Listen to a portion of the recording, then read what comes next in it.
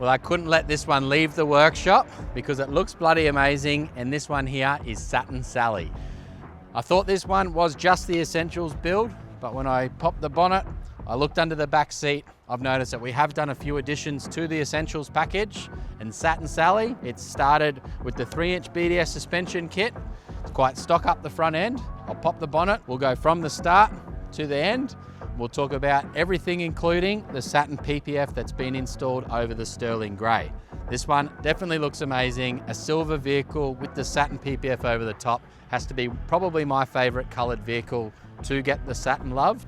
The door handles have been re-clear coated to be satin finish instead of gloss.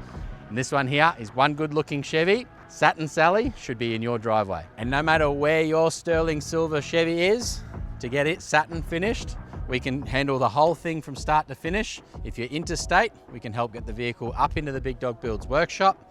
Once a build like this one is done, because it has gone to a third-party workshop for the paint protection film, the build time does extend a little bit, but to get a finish just like this one here, it's definitely worth the wait. I'm Dean Bleasnart, the co-founder of Big Dog Builds, with well over 700 trucks now through the workshop. This is kicking off to be a massive 2026. Satin finishes, are they going to become very, very popular this year? Are you wanting to protect your ride from start to finish with the best build package out there, starting with the Essentials package, finish with the paint protection film? This one's ready to travel around Australia, and it's going to look good for years to come.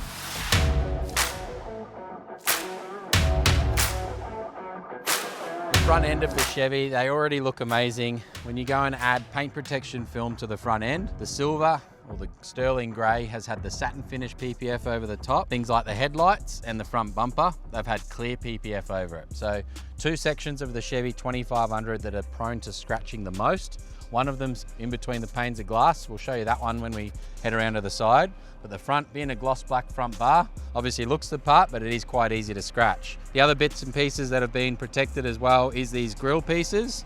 So all of these pieces have had the paint protection film over the top, the satin over the color-coded sections, and it definitely looks amazing.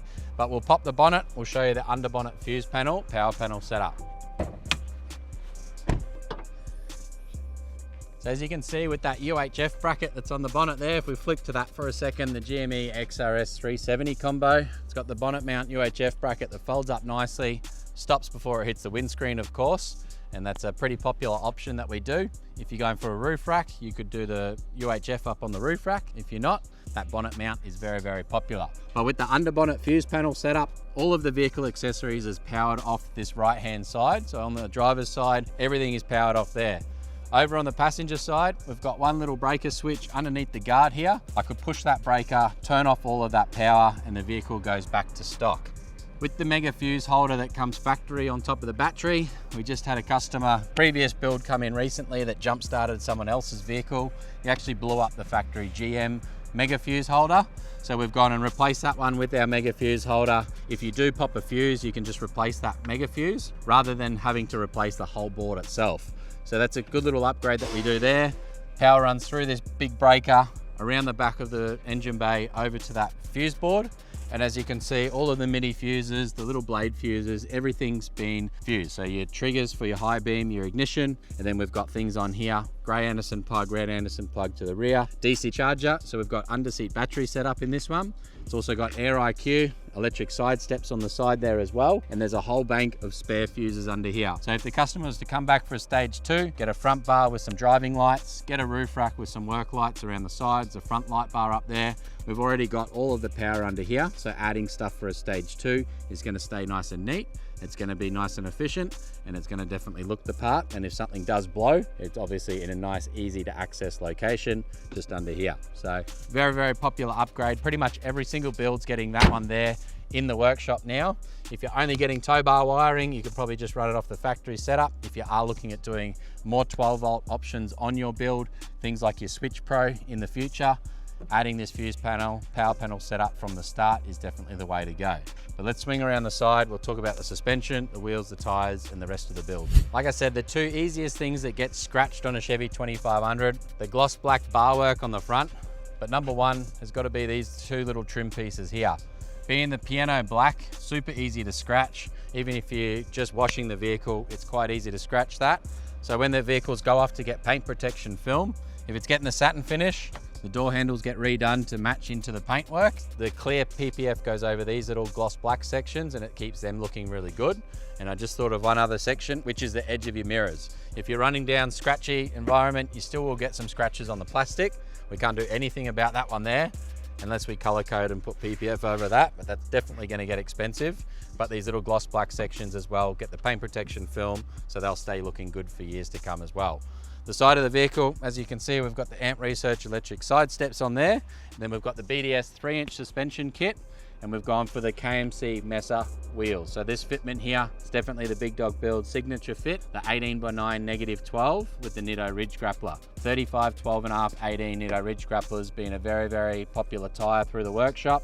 On these KMC wheels, we always run the Nittos. They seem to fit best on this wheel combo. And being an 18x9 -12, it'll fill out the color-coded flares, which have then obviously had the Satin PPF put over them as well. One cool thing that we're doing on all builds with the flares now is the Kickback mud flaps. And these little things here definitely stop a lot of that gunk flicking up the side of the vehicle. And one other protection package that the PPF offers is this little side sill protection. So very, very thick tape on the bottom section here. It's going to stop the rocks hitting up on the side. It's definitely going to be the strongest thing on the side of the vehicle. Paint protection film is not cheap, that's for sure, but it is going to be the best protection for your vehicle. With the suspension setup in this one, whether you're going 3-inch, 5-inch or 6.5-inch, they all drive really, really well. You do need to think of your wheel and tire combination and which choice you're going for that'll suit with the suspension combo. So you can't run some wheel and tire combinations with the bigger lift with less offset on a smaller rim, but the team are definitely very experienced with the Chevy platforms,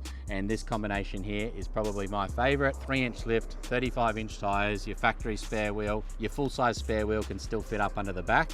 And with the Fox 2.5 remote reservoir shocks, you've got adjustability both low speed and high speed. So on the shock absorber itself, you can go lefty loosey or nice and soft as I call it, and then righty tighty or nice and firm. Playing around with the vehicle once you first get it, finding that sweet spot on normal day-to-day driving. As you hit the beaches, the corrugations, you can play around with the shock settings, but it's just as important to play around with your tire pressures as well. Chris ADU is definitely a master when it comes to tire pressures. On a recent trip, he talked about it every 3 minutes or so. It's probably every 2 minutes actually, so he definitely knows a thing. DM him if you want to know more about tire pressures, but if you're running a 35, a 37, all different combinations. It's really about getting out there, finding that sweet spot, and then you're going to know how the vehicle performs on different environments with different tire pressures.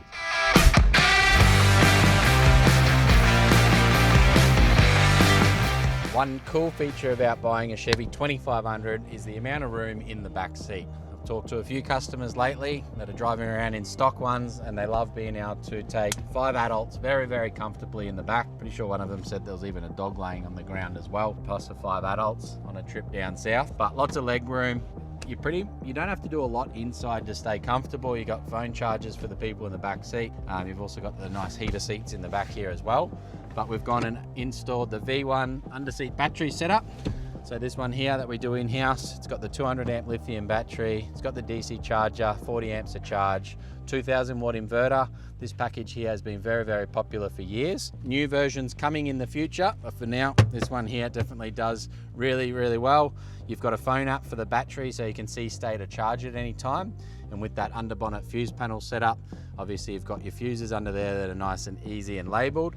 Comes into the auxiliary battery. While the vehicle's driving, you're gonna charge up the battery under the back seat. If you've got a solar blanket, for example, you can throw it straight into the Red Anderson plug that's in the tub, and that one will keep this battery set up, topped up, nice and trickle charged, but running fridges, running the induction cooker, coffee machine off that 2000 watt inverter. This setup here I've had in my personal vehicle, and it's definitely done wonders. Running an extension lead from the 2000 watt inverter off away from the vehicle into a gazebo or onto a picnic bench, doing the cook up for the day, jumping back in. By the time you get back to camp or you do another hour of driving, you're typically using what you've taken out of the battery, and that one's going to charge up nice and quickly. Definitely a really good feature if you're wanting to run a fridge full time, or if you're wanting to have the power to run something a bit bigger like your induction cooktop, coffee machine, hairdryer, whatever you want to power on the road. So from the under-seat battery setup, we've got a couple of Anderson outputs. So you've got grey Anderson plug, which is going to be typically a fridge output, red Anderson, which is going to be a solar input. So if you wanted to plug a blanket into there for the day, then you've got your USB-C, USB-A charge point. So keep the phones nice and charged up. I personally run an angle fridge in the back, strap that one down to the floor, throw your phone in the front pocket, charging off there. You're going to keep your phone charged, you're going to keep your beers cold in the fridge, your food nice and cold as well. And it's nice, neat setup. If you're wanting something a little bit more custom in the back end, we can obviously do that as well. And even if you've ripped the tub off the vehicle, you're running a Norwell tray, for example, on the back here, that under-seat battery setup will run a fridge on the headboard nice and easily. If you then have a lift-off canopy, you've got two different power sources, one when the canopy's on, one when it's just a tray. But for this one here, pretty basic setup. The customers come into the workshop, already had the soft tonneau cover from GMSV there. I've heard that these little soft tonneaus, they are quite basic, but they are pretty waterproof as well. They got the Velcro strips down the side. They work quite well, quite simple, and don't take up much room as well. But with the rear of the vehicle, definitely looks the part. It's got the Satin PPF over the entire vehicle, like we said. The badges have been reinstalled on the rear end there. The rear bumpers had the clear PPF put over there. And then we've got your Anderson plug combo at the rear. So grey Anderson plug, which is run through the ignition relay. So that one's only going to be live while the vehicle's driving. It's typically going to charge up the battery setup in a caravan. And then your red Anderson plug is going to be direct battery to the front. That one there, you could plug a solar blanket into that one with its own MPPT regulator, and that'll trickle charge the under-bonnet batteries. These Chevys running the twin batteries, they are quite easy to go flat. I always recommend throwing a lithium jump pack in there just in case. And up the rear end here as well, I'm just looking down at the Kickback mud flaps on the back end there, the color-coded flares. Obviously the wheels and tyres fill out the guards nicely in the rear end, and then there's some airbags in the back end of this one here as well. So with the airbags on the rear end, whether you're wanting to just inflate, deflate manually, you've got your two little Schrader valves at the back end there. This customer has also opted for the Air IQ setup, and that means that we can easily inflate, deflate those airbags from the comfort of inside the cab. You've also got a phone app as well. Mine's gone flat because I've been on it all day, but you can log in there, jump on your phone app, see where your airbags are at, adjust them. You can program them to be one for the boat, one for the van, one for when the canopy's on the back, for example. You can do 7 different presets, and that makes inflating, deflating nice and easy. Then go and install a Jenny hitch combo on the back there to suit the different ball weights that you've got, whether it be a big boat, a big van. If you're towing light stuff, like a jet ski, for example, the Jenny hitch drop hitches are a good option there. If the drawbar of a little jet ski, you're a big Chevy customer with a little jet ski, seeing a few of them kicking around now. And this one here would definitely look the part, whether you're up the beach, away for a weekend, or if you're wanting to do a lap of around Australia. One thing that I'd probably do if this was my build would be the tinted tail lights on the rear end, and I think this one would definitely be sorted. If you like, well, Satin Sally is definitely one of my favorites to come through. It's clean, it's elegant, it's ready to hit the beach, throw a fridge in the back, and still be able to run the induction cooktop and the coffee machine. Who wouldn't want this in their driveway? And if you like this Chevy build, guys, check these two out here. These two down below are pretty cool as well, and I'm keen to see your build come through the workshop.